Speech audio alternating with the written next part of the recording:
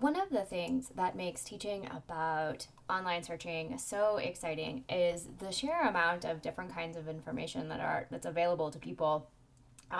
In virtue not just like of your affiliation as part of the University of Arizona right now, but also just because libraries and other kinds of institutions are really interested in providing information to people. We've talked about a few databases in particular, but one of the things that I think is sort of worrisome, or at least a sort of pitfall that you could fall into, would be relying over much on a few databases that you know.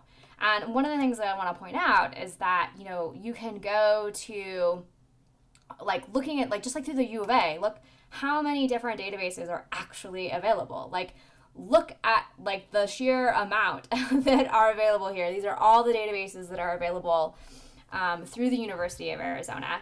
That's true of all sorts of different kinds of academic institutions. So typically it's less if you're not at a research one.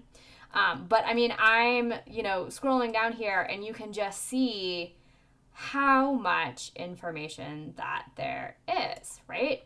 You can go back too and think about how to search different databases by different kinds of subjects, right? And these lists have been curated and compiled by librarians who are really looking to think about how it is that you can find like information that's going to be pertinent to different kinds of content, right? So there are a wide variety of databases that are available to you in virtue of the fact that you're a student at the U of A. And one of the things that I like to highlight too is that even if you're not a student anymore, there are all sorts of databases that are typically available through different kinds of institutions. So for instance, the Arizona State Library Archives and Public Records has a bunch of online reference resources that are pretty much available to anyone who lives in Arizona, right? So you can do the same thing where you're browsing by title.